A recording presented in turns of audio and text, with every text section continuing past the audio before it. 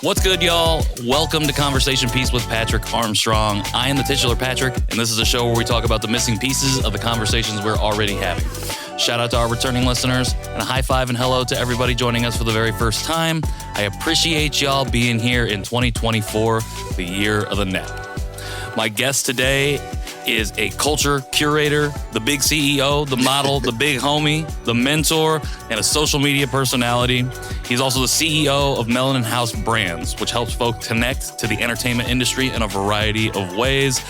Super excited to dive into this conversation today. It is an honor and privilege to welcome Brandon Lee Buckley, the dude B.Lee, to the show. B.Lee, what's going on with you? First of all, I want to say that was a great intro. Thank you very much. That was great. Well, what's going on with you?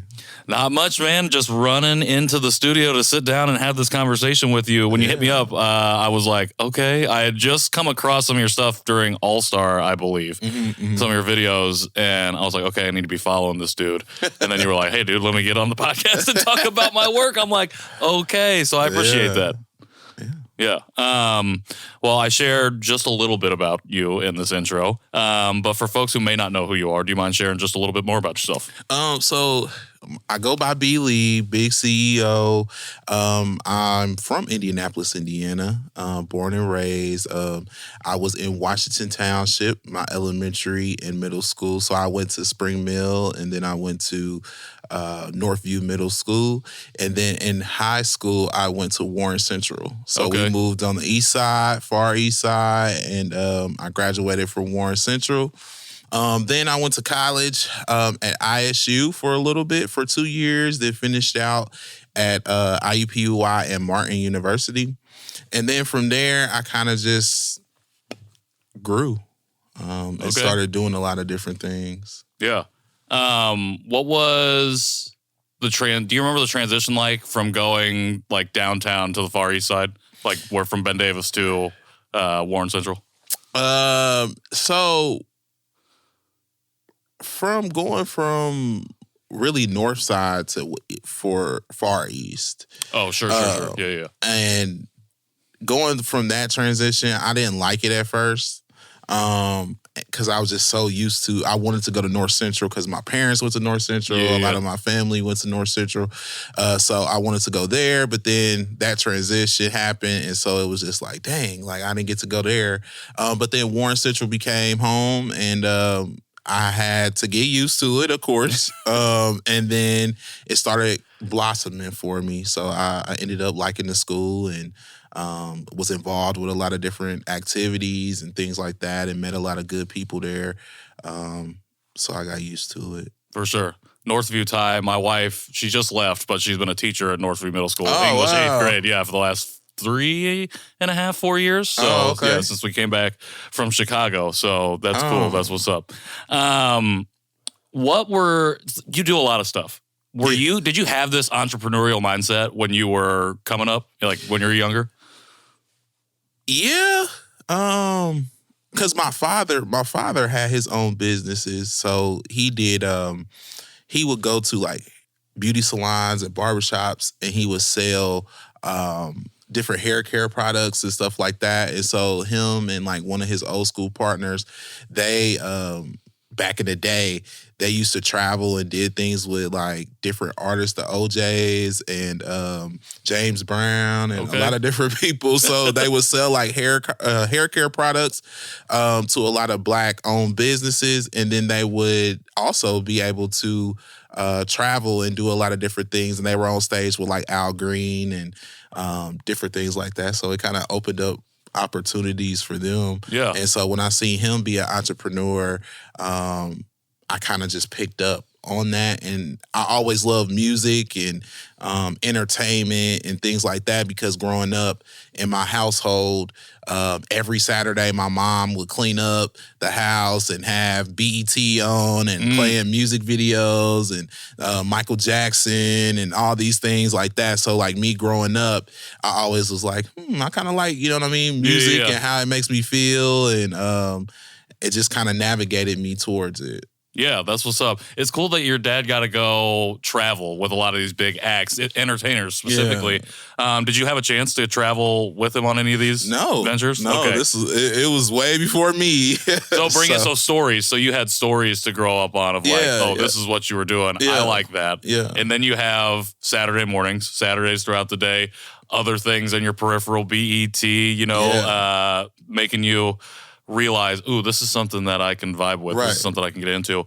What was the dream at that time? Was it to be an entertainer, or was it something else? I always, as a kid, I always talked about entertainment in some kind of way. So even in elementary, middle school, I always would be like, I want to be around. At that time, it was like Bow Wow and Lil Romeo and things like that. So growing up, seeing them, on TV and different things like that, I'm like, I want to do that. I want to, be around. I don't care if I'm managing, or I was thinking about music at a time, and things like that. And I was like, I just want to do that. So I would, put myself in rooms and connect myself with different people, even at a middle school age. Okay. To start just networking and doing different things. So I like that you said you're networking in middle school. You're already working the rooms when most kids are like, hey, do you want to go outside and kick the ball around? Right, you're like, you want to kick the ball around? What do you think about this thing?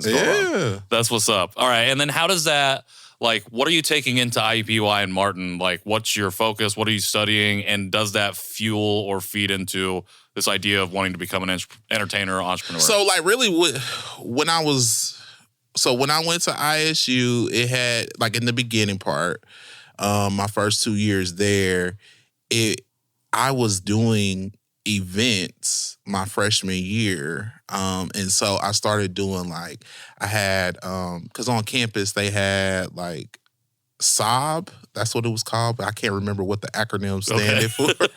But I went there for the summer, and then I met my little crew of people. And then during the school year, fraternities and sororities would have different events. And then I did a off-brand Wildin' Out event, but I included the fraternities and sororities, and it was my first event, and I planned it and I did everything, and not knowing too many people on campus, sure. You know what I mean? And it turned out to be a packed house. That's what's up. So from that point, I was like, okay, I kind of want to do this. And then I was involved with a couple of other programs out there. And then when I came back home, it was more so okay, I have to be involved with different, organizations and stuff like that. So Indiana Black Expo was one that I connected with very well.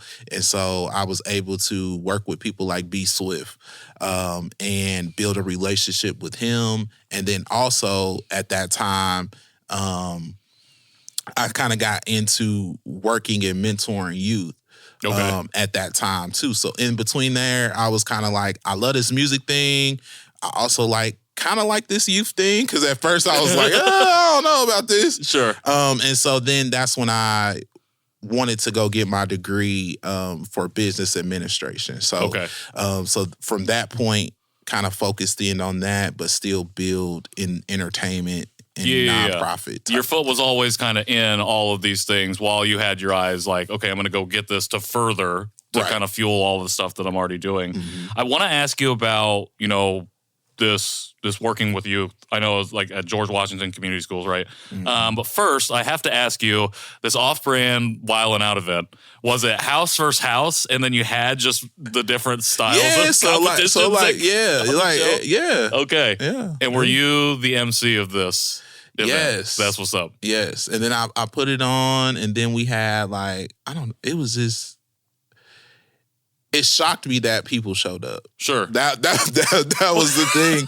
But I knew a lot of upperclassmen. Okay. So that kind of helped. And especially it helped with me coming in the summertime too. As well. Well, it's they have a little bit of that clout, but that 7th grade networking mindset really served you to start out this first event. And I love how it's just I feel a lot of the conversations I've been having with indie folks in particular this year has, for some people, there's always this one thing that just kind of opens their eyes or gives them the idea, oh, I could do this. And it's just like, oh, I had this first event that like was off the chain, like in terms of like what I had expectation wise. Right. And it just sent you down this path. But you, like you said, you also had your foot in this nonprofit sector. So I want to ask you about that. Just what was your time like working with the youth? Like you said, you started, it was like, I'm on the fence. And then it was like, okay, I kind of like this thing. Like, what was that work that you were doing with them? And so I have a nonprofit organization called Be Legendary, the Hub, and basically,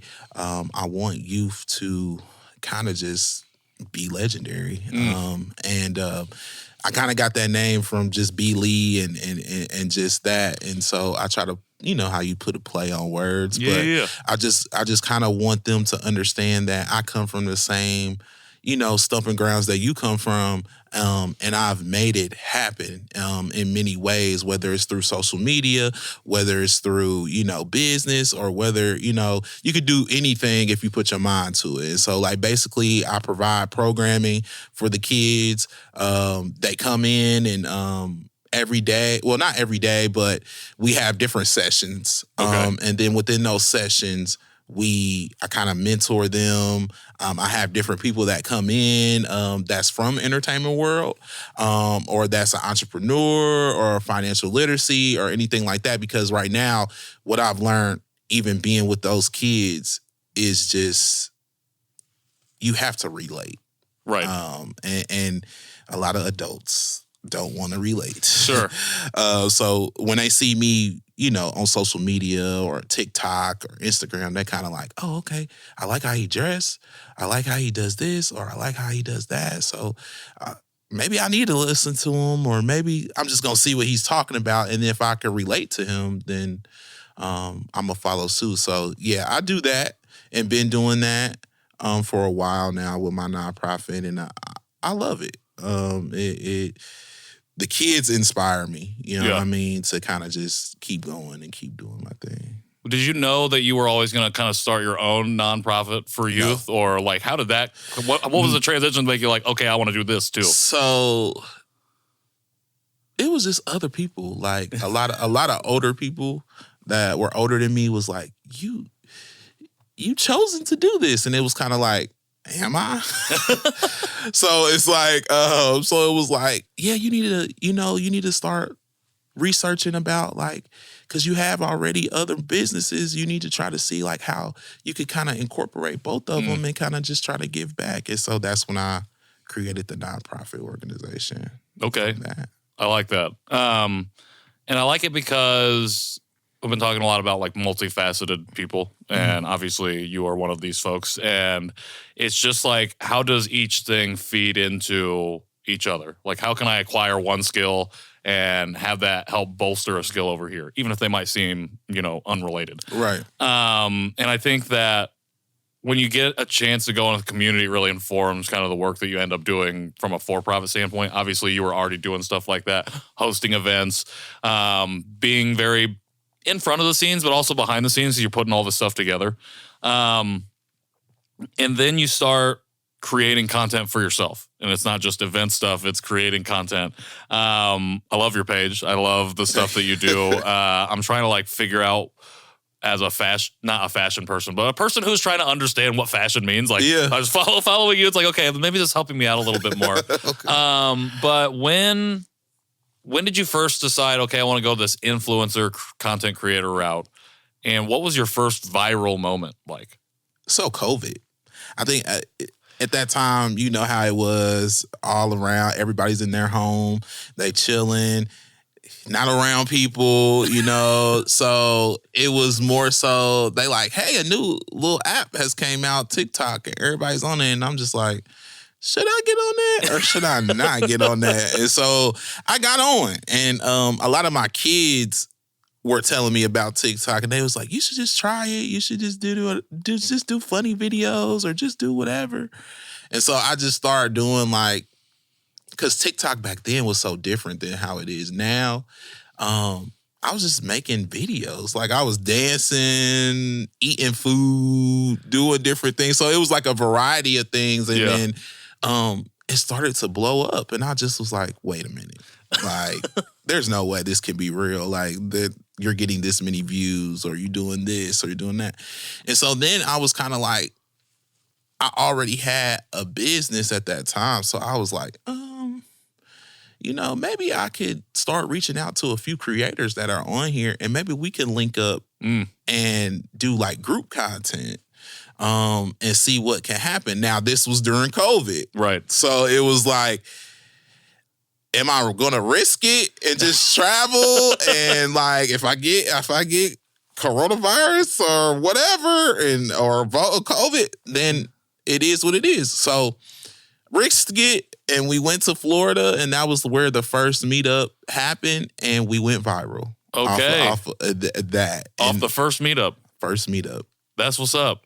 What was the energy like at that first meetup? Obviously, you don't go in with the plan of going viral, I don't think, right? It's just like, let's see what we can make together. It was just kind of like off of my thing, because they kind of were following me. So it was kind of like, a lot of them, they were growing on social media, but then it was like, they didn't really know. So I was the one that kind of had that layout or that plan in my head, like, okay, this is what we have to do. Okay. Maybe you have to showcase this, or you have to do this way. And then it was kind of like, boom. After that, I remember it was a video we were in, this one of my clients who's really, really big, right? He did some kind of, for the ladies, he got out the pool in slow motion. We went to Walmart, came back, million. Damn. And he was like, it hit 1 million. I'm like, let's go. Let's get back in the pool. Let's keep it going. So from there, so after that meetup, mind you, it was 3 people that were in the group at that time. Okay. That ended up not really taking heed to it and just like being open to it. So they kind of disappeared. Sure. So then it was like, I only had 2 people, and I was like, well, I'm going to keep going. I'm just going to have to rebuild and kind of just ask other people. So then we went to Atlanta. When we went to Atlanta, it really skyrocketed. Okay. We did a group meetup there. And from that point, it kind of went crazy. It was girls chasing us in the mall. It was just like, what is going on here? Yeah. It was like a flip switch. Kinda. Like it was not that, and then it was that. Yeah.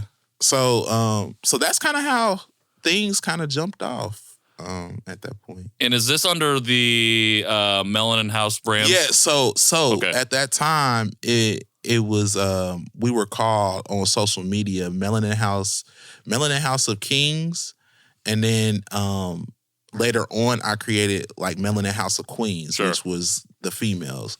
So from that point, our hashtags from there kind of was growing, and then I was like, okay, it's time to turn this into a full out brand, because at the time my brand was called, or my company was called Elite Empire Group at that time. And so then I was like, okay, I'm about to elevate it, change it to Melanin House Brandz, because I wanted to give people that look like me more opportunities, because when I was sitting in those rooms, we weren't getting, those opportunities. And so I was like, okay, I'm gonna try to speak up and kind of see where this goes. Because we have the numbers. So it's just like, putting it all on the table and going for it. I think what's really interesting about, and we're obviously like moving our way chronologically through your story, but what is really interesting to me in the research part of it was that what you do now as a personality and an entertainer and influencer, like you said, people see the finished product. They don't necessarily see the hours that go into. Mm-hmm. But for you specifically, people don't necessarily see the literal years of work that you did with Elite Empire, and then with the brand updating and changing, and like all of that work leading into like the videos and the content and stuff that you now create, which I think is really interesting, because like I said, multifaceted. You don't just create the content, but you've been managing folks who have been doing their own thing, doing stuff that precedes social media and going viral in that way. Mm-hmm. What was it like? What's it been like to marry those two things together? Like managing other folks who are creating, helping them reach the point that you want to go, that obviously fuels into your brand, and then also making sure that you manage your own self and get after it for B.Lee. It's been, if I'm being honest, it's tough. Sure. Because sometimes when you're managing other people, there is clients that before I even got a hold of, their brand, and managing them, that they already on their own kind of like did some things as well. Sure. And had their numbers. And so it was like when I stepped in, it's kind of like organizing you. And, a lot of people, some people don't take that part very like serious, or they just like, here comes this dude, he's coming in and he's trying to manage my brand. And it's like, why is he telling me to do all these things? And I could do it whenever I want to. And it's like, no, that's not how it works, because don't you want to grow and don't you want to get more things? Right. And so you have to be organized. You have to, if a brand asks you to do this and this and this, you have to do this on time. Because if you don't do it on time, then they're going to look at you sideways and be like, we're not working with him no more. Right. Or her. You know what I mean? Like, so that's the hard part of, what I do.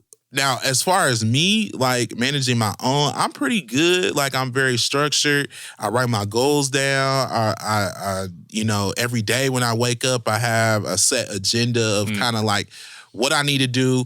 I need to make sure I be on time. All these type of things, or I will probably get anxiety if I didn't. And I'm just very organized, and I'm very business.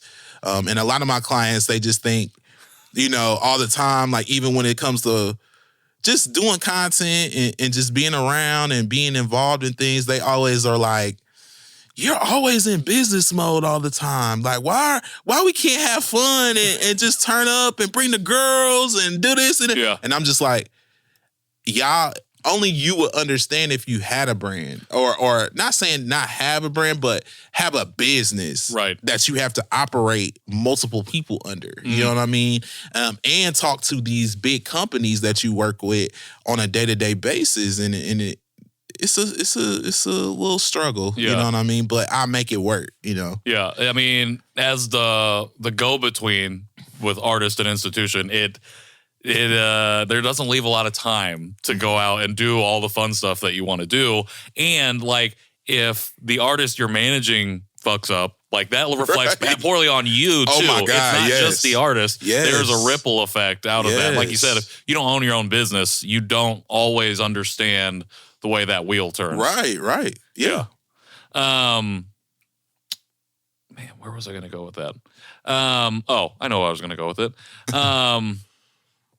I think another thing that's really interesting. Well, let me ask you this. So you have been doing all of this based in Indianapolis, correct? Yeah. So I started in Indianapolis, and that's one thing that I always want people to understand, because we're a small city, so-called small city. Yeah. And a lot of people feel like I have to move in order to jumpstart something. And it's like, if you can't get your city to support and kind of like do what you need them to do in order for you to elevate,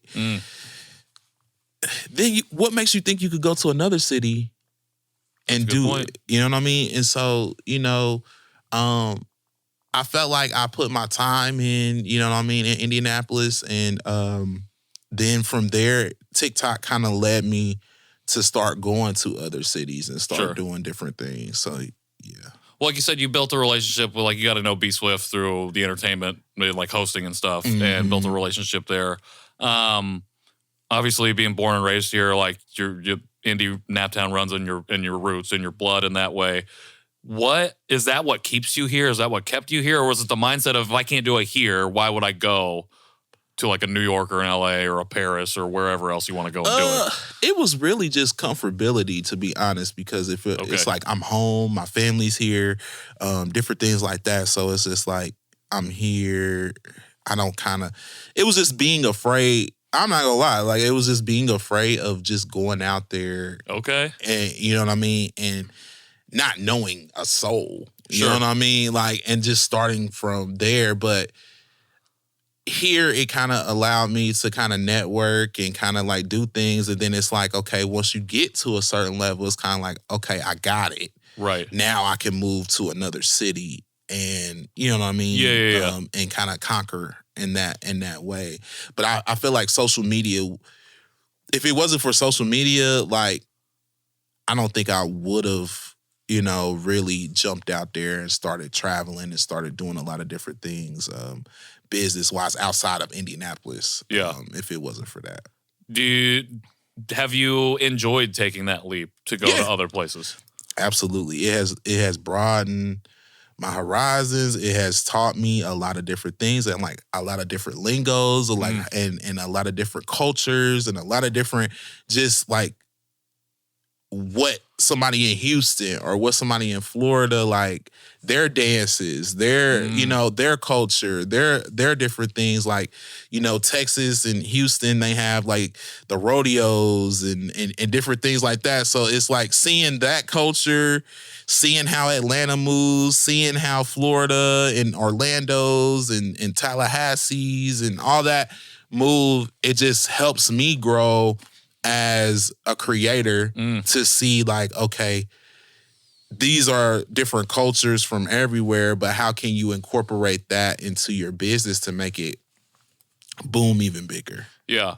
I really love that because I think it makes so much sense in the way, in the context of how you built in Indy and how you built your community.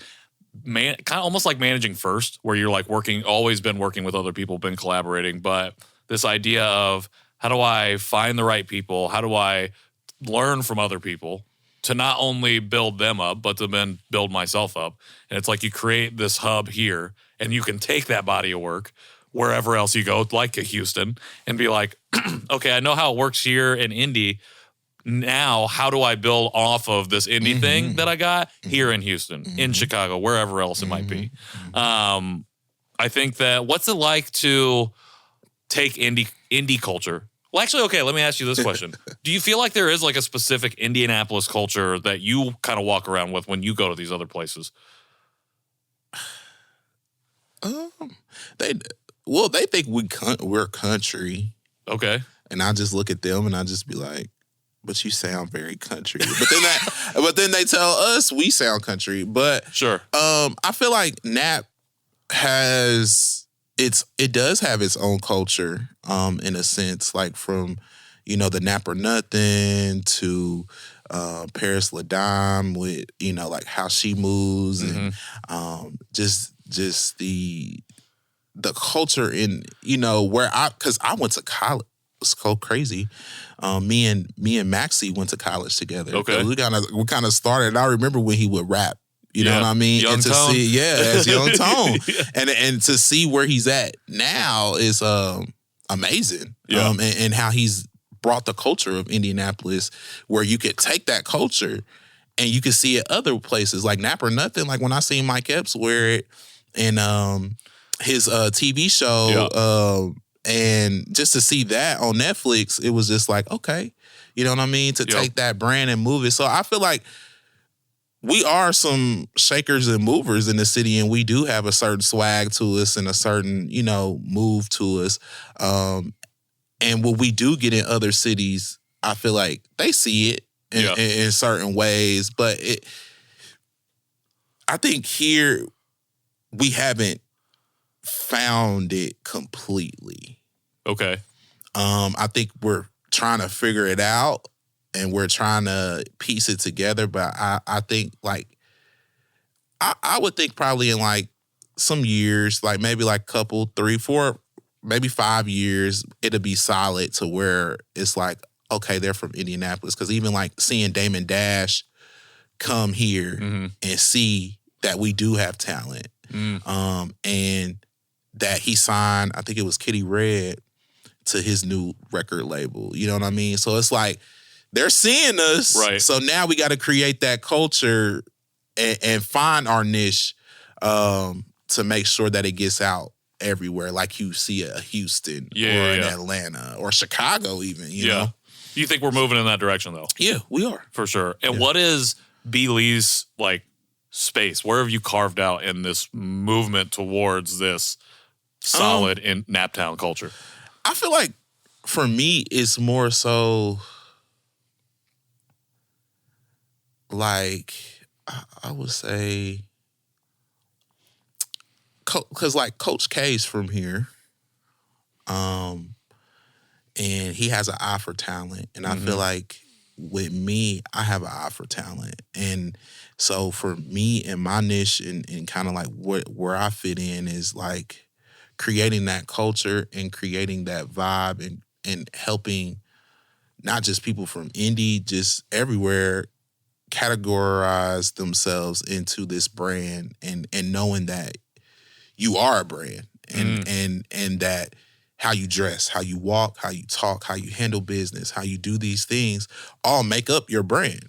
And who you are as a person makes up, you know, your brand. And so I feel like that's where I fit in. Almost like back in the day, they don't really have it anymore, but it's like artist development.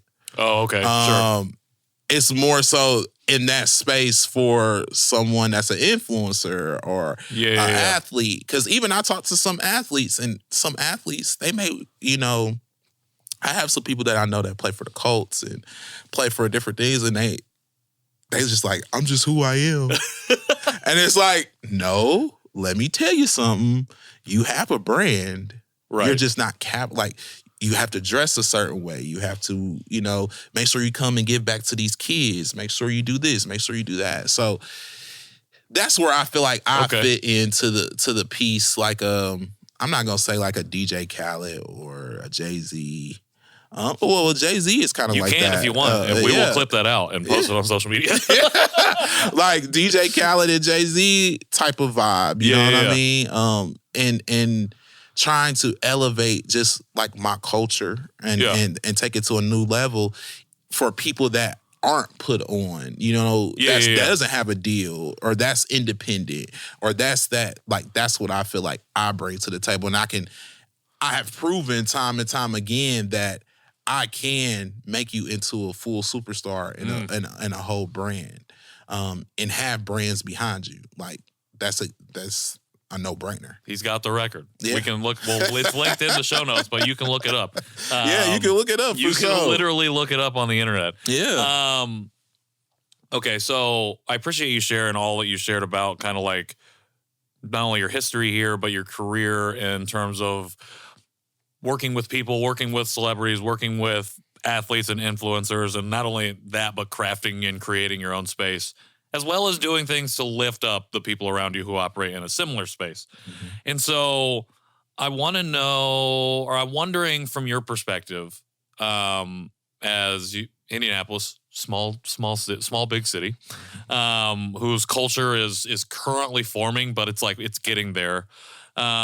Where a lot of people in Indianapolis now are finding a foot in influencing, in working on social media. What do you think is missing from, or something that we just aren't talking about right now in terms of how influencing and how social media plays a role in our city, in helping to build that culture? What are we, just as a general public, not getting right now that we need to start focusing on to help support the work that you do, to help support the other creators that are coming up?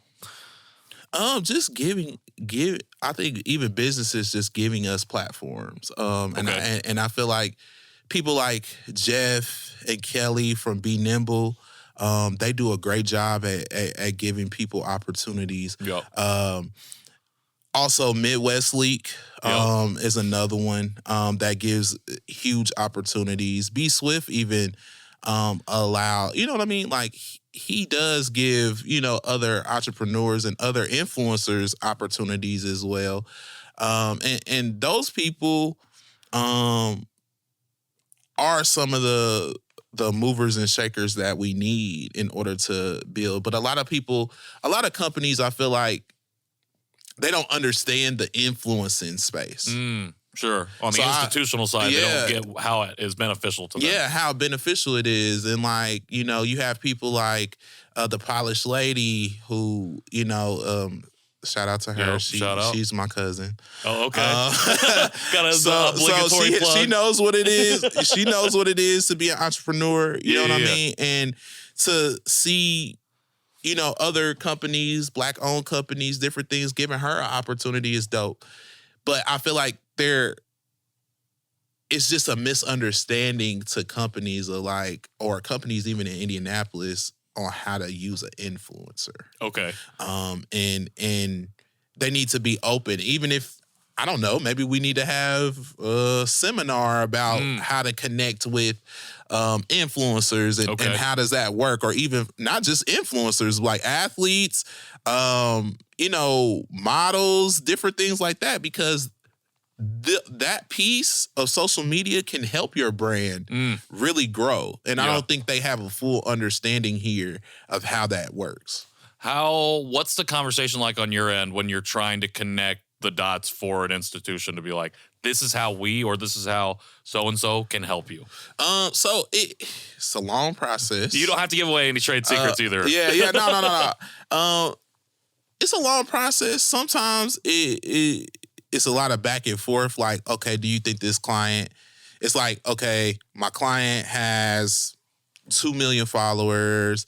Their engagement is this. So, like, a lot of times, what I do is I take, their engagement that they have maybe for the week or the month or whatever, and when we're pitching in that month, they can kind of see, okay, they're getting this many views, they're getting this, they're getting that, and so then when I pitch them, it's kind of like, even with that, it's still like, are you sure that, that they're going to post, or are they going to do this and they're going to do that? Because a lot of companies, what a lot of people don't know, a lot of companies, they are very, very hesitant on working with influencers or working with anybody, because they've learned back, for some years now, they'll pay the money up front and then they're just not going to post. Yeah, there's no deliverable. Yeah.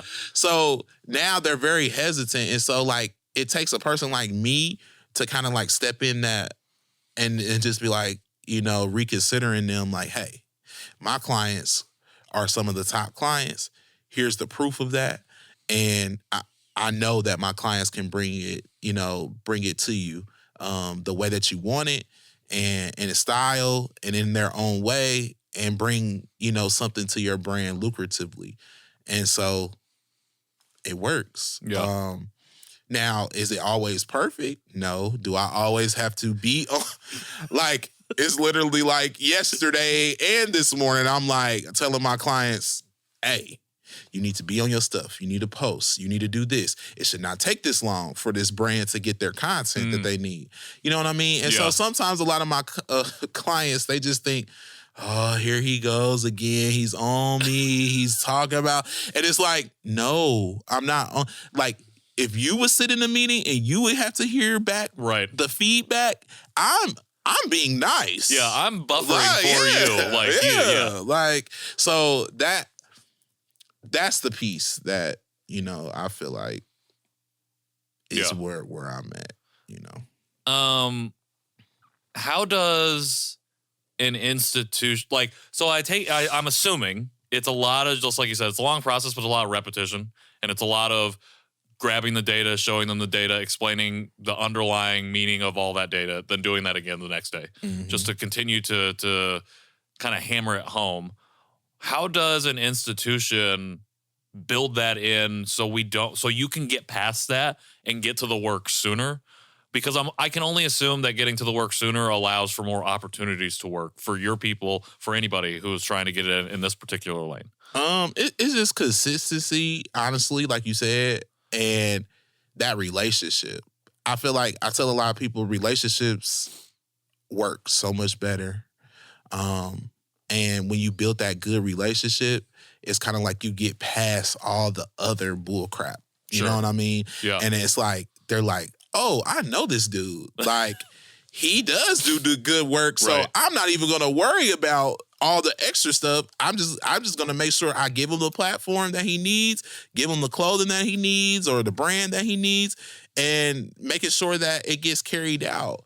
And that's the huge piece for me, is relationships. Yeah. Like, that takes it past all that, all that riffraff. Okay. That makes sense.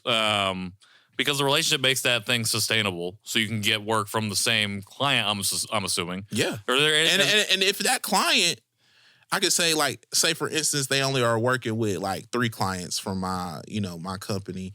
If those 3 clients provide great content, then they're gonna come to me and be like, we love them, so we want to add 2 more. So 2 more may get added because of those 3. Yeah. So again, it's just your consistency and the relationships, honestly. Yeah. I love that. I should be getting on your platform to help me with this stuff. But anyways, okay, another part of this whole social media sphere right now, in particular, in terms of relevancy, is this TikTok ban potentially coming in. Yeah. I saw you talked on WRTV about it a little bit. But since this is, like, you've been here early days of TikTok, I was just wondering if you could elaborate a little bit for anybody who doesn't understand kind of what's happening here. Okay, so with TikTok, of course, is owned by, I think it's China. Yeah. Yeah, a Chinese company. Taiwanese company. Yeah, something like that. And so I guess America sometimes is, we're bullies sometimes. And so they want to own it because they feel like kids are getting, it's just leaving a lot of things open, which I felt like, to me, I'm going to be honest, like, TikTok has taught a lot of people a lot of different things, from cooking to just like content to just like doing all kind of different things. A lot of people learn, like, there's a lot of free, a lot of freedom in TikTok. Whereas like on an Instagram, it's controlled. Like, they're going to delete it. They're going to do this. They're going to do that. And so I just don't think they like that. And so they feel like if we own it, then we can kind of control what's coming through, what's being said. And right now it's just, I don't think the owner's going for it. Yeah. And they're trying to make them go for it. But if the ban happens, it's like what I always tell my clients all the time. You don't own this app that's coming, that you're being, lifted from and getting opportunities from. You don't own it. So it can disappear anytime. Somebody can hack your account. Somebody can delete your account. You can get, locked out of your account.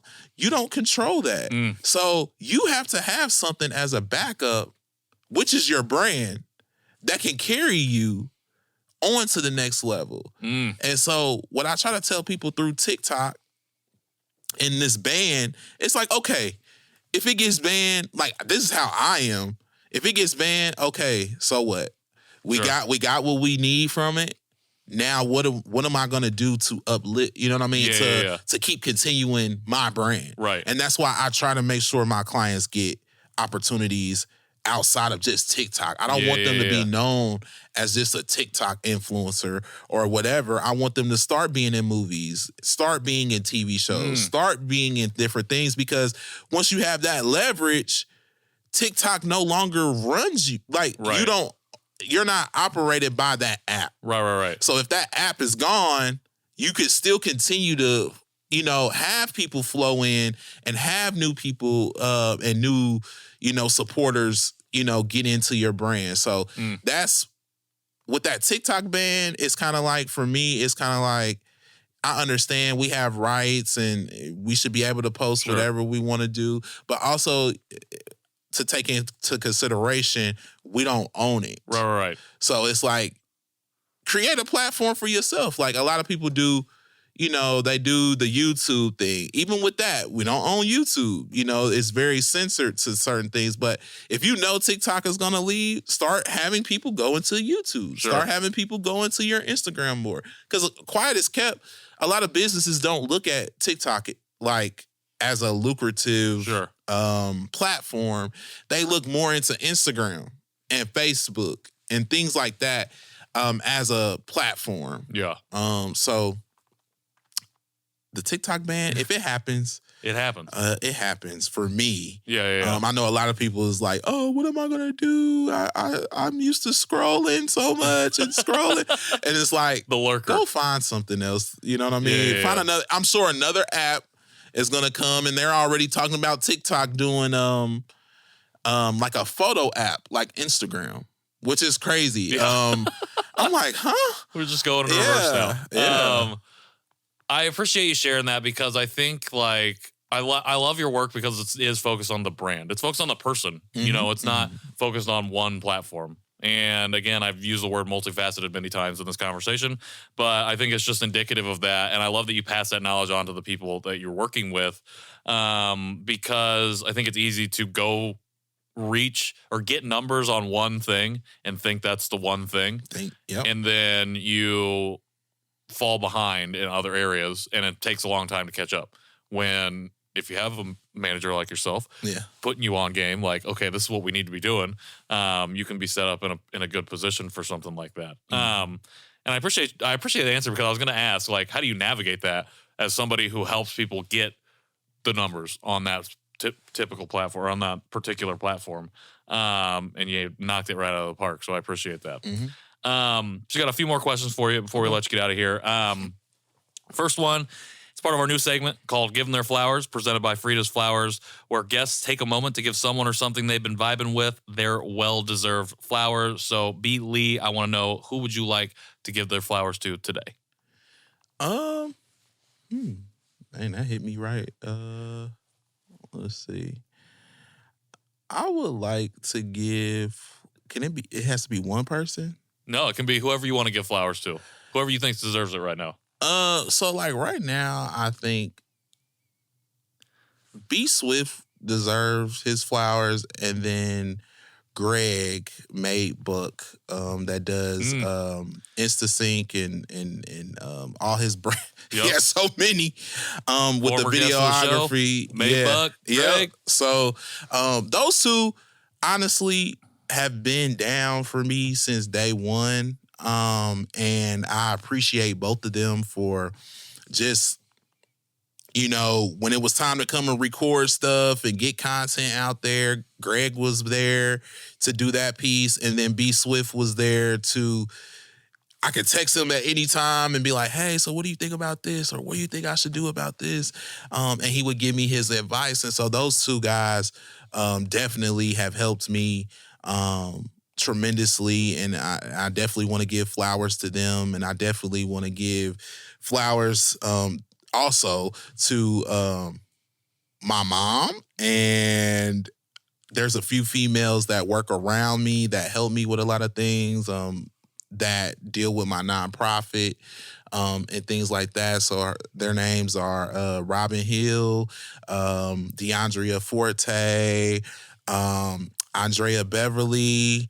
So those three like kind of help guide me, and I have that female, empowerment in that, because you always need that. 100%. 100%. And so, that's what I want to give all my little flowers to, because Beyonce, she be delivering roses and flowers to everybody and give everybody get their little card. So that's from me. Yeah. I love it. Shout out Buck, shout out B Swift, shout out your team, and shout out B.Lee's mom.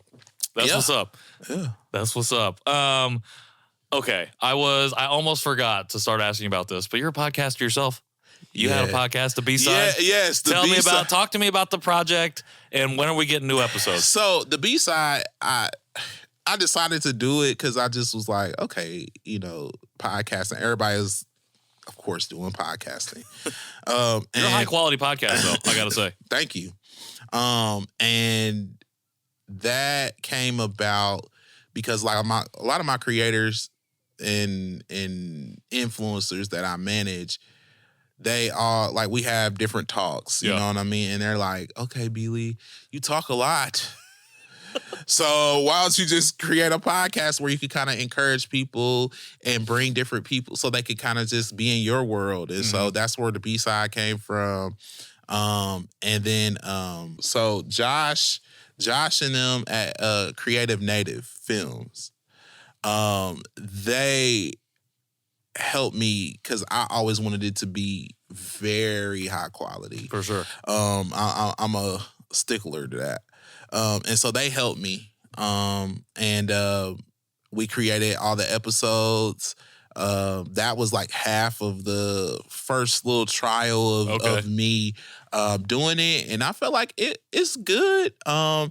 Is there things that, you could change with being a podcaster? Oh, absolutely. Yeah. And I am going to have more episodes. I am going to, keep continuing to do it.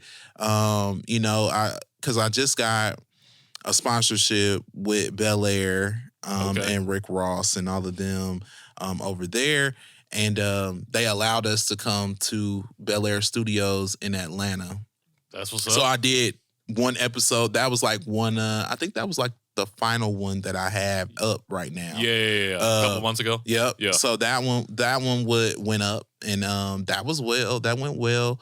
And so they kind of want us to kind of come out there and do more stuff. And so episodes are coming. There's going to be more episodes. I think I want to kind of incorporate some different pieces to it to kind of elevate it a little bit more and make it a little different.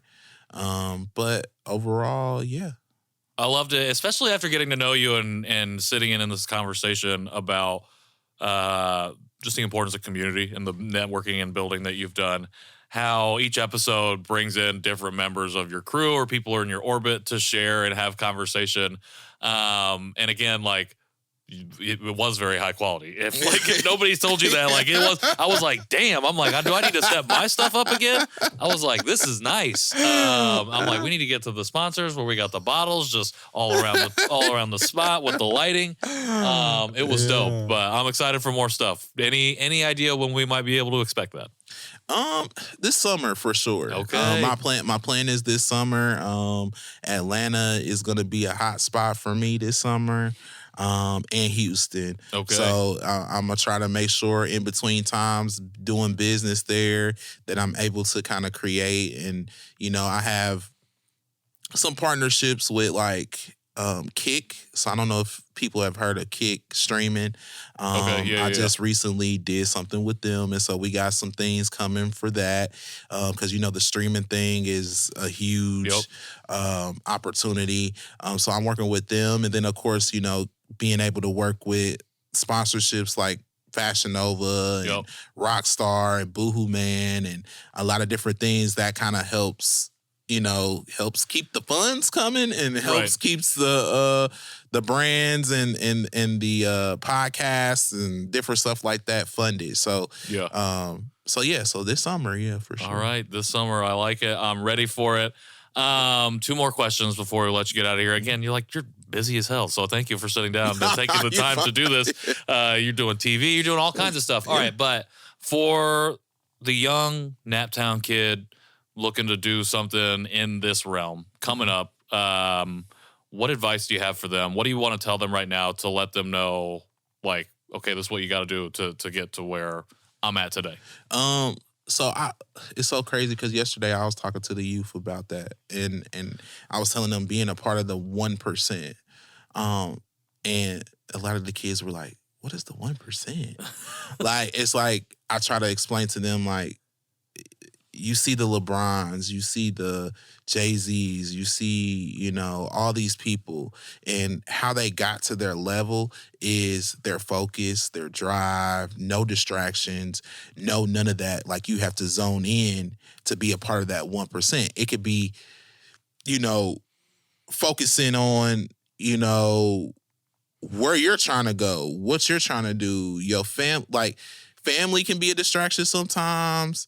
Friends can be a distraction. Your relationships, can be a distraction. All those things do play a part. and how you are successful. And so as a kid, I would tell you, be focused, be driven. Don't let nobody tell you what you can't do. Everybody's special in their own way.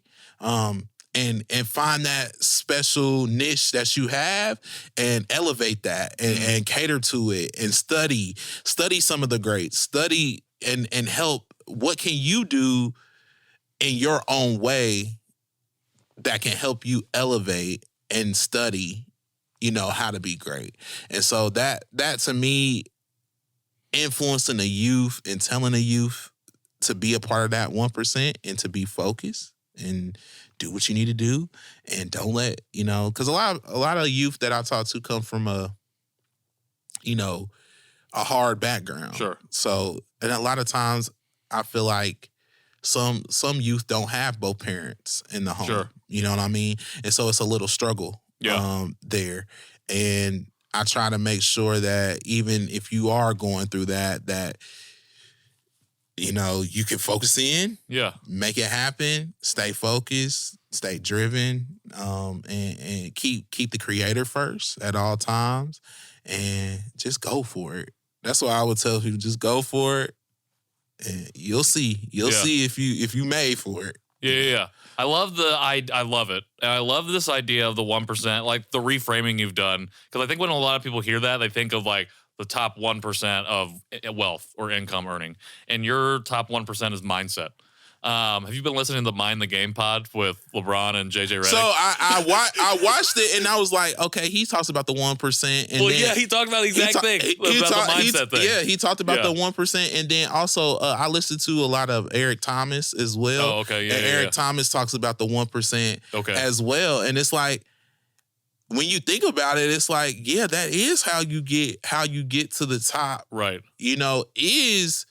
Even Deion Sanders, he talks about it. You know what I mean? To get to that level, you have to do what other people don't do. Yeah, are usually not willing to do. Or not willing. He talks about the sacrifice of like even your family. Yeah. Like you're gonna go be at the gym for 18 hours, and when you get home, like you honestly don't have the time. You don't have the time or energy to give up to that, and then you have to go back to the gym at 6 a.m. Like you gotta be up at 3 to go back to the gym. Some people's not gonna go to that gym at 6 o'clock in the morning. Well, not everybody's built that way. You know what I mean? Yeah. And so, like, if you can let people know, especially young people, that if you want to see like what you're made of, if this is what you're made for, like you can go do it. Like people don't usually get affirmed. They're just like, you're never gonna get it. So don't go for it. Yeah. And I like this reframation of like, well, you can get it if you want to go for it. So go for it. Yeah. I deal with that even now with the kids, like even with my clients now. Sure. Like it's like a thing where it's like, can you just be focused? Can you just like knock all distractions out? Let's not go to the club this week. Let's not go to can we lock in and just be a part of that? Do you really want this? Because a lot of people feel like, even I could say a lot of influencers feel like things should be handed to them. And it's like, no, just because you have 1 million followers don't mean something should be handed to you. Right. Because you might not have put in that much work. You know what I mean? Right. Like to get there. So it's and like, it can be gone at any moment. Yeah, it can be gone at any moment. So it's like, I need you to be focused. I need you to be locked in. I need you to be, forget about chasing that girl. You know what I mean? Right. Forget about, going to that club and popping bottles and then looking at your receipt when you get out of there like, dang, I shouldn't have came this time. You know what I mean? Like, just be focused in on where you're trying to go. And so I always look at that for myself, not only for youth, but myself and, anybody that I work with is I want to be a part of that 1%. So what am I going to risk? Right. To be a part of that. Yeah. I love it. I think it's a great note to end on. You talked about what you got going on. You're going to be in Atlanta. You're going to be in Houston. You're going to be around a little bit. You're going to be doing things in Indy. For people at home, where do we find you? How do we follow along this journey? How do we support you going forward? Okay. And so you can find me on Instagram. Instagram, I am the official B.Lee. That's on Instagram. TikTok, I am, what is it? Oh, you better believe it. So, and believe is spelled like with the B and a dot and the Leeve. It. You can follow there. YouTube, is the B-Side Podcast TV. So you could go on there. If you want to look up some other information, you could go on Google and type in, my full Brandon Lee Buckley in there, or you could type in B.Lee. And you could see some stuff that's in there from like famous birthdays to like different things. I did see your famous birthday page. Yeah. So that's how you can find me pretty much. I love it. And Melanin House Brandz. Yes. Oh, dang. I forget that. Melanin House Brandz, and that Brandz is with a Z at the end.com. And you can go on there right now. The website is being revamped as well. So that should be coming out this summer as well. So lots of things coming in the summer. Yeah. I'm ready for it. B.Lee, I appreciate you being here. Thank you you so much for this conversation and sharing so much with us. Yeah. It's B.Lee. You ain't gonna believe me till you see me on TV. 100% right there. Yeah. It's been a pleasure, my man. Everybody else, episodes drop every Tuesday. Go to conversationpiecepod.com to catch up on all our previous episodes. Leave us a rating and review on whatever you watched or listened to this on. Would greatly appreciate that. Shout out to Roundtable Recording for the studio space. Shout out to Mike Lee behind the camera. Shout out to John Overton and Popular Rapture behind the microphones. Shout out to Frida's Flowers for sponsoring our Give Them Their Flowers section. And last but not least, if you want to follow us at Conversation Pod Piece on Instagram, that would be great as well. Until next time, we have a lot of stuff coming up. We've got a lot of cool stuff coming up. But until then, I have been the titular Patrick, and this has been Conversation Piece. See y'all soon.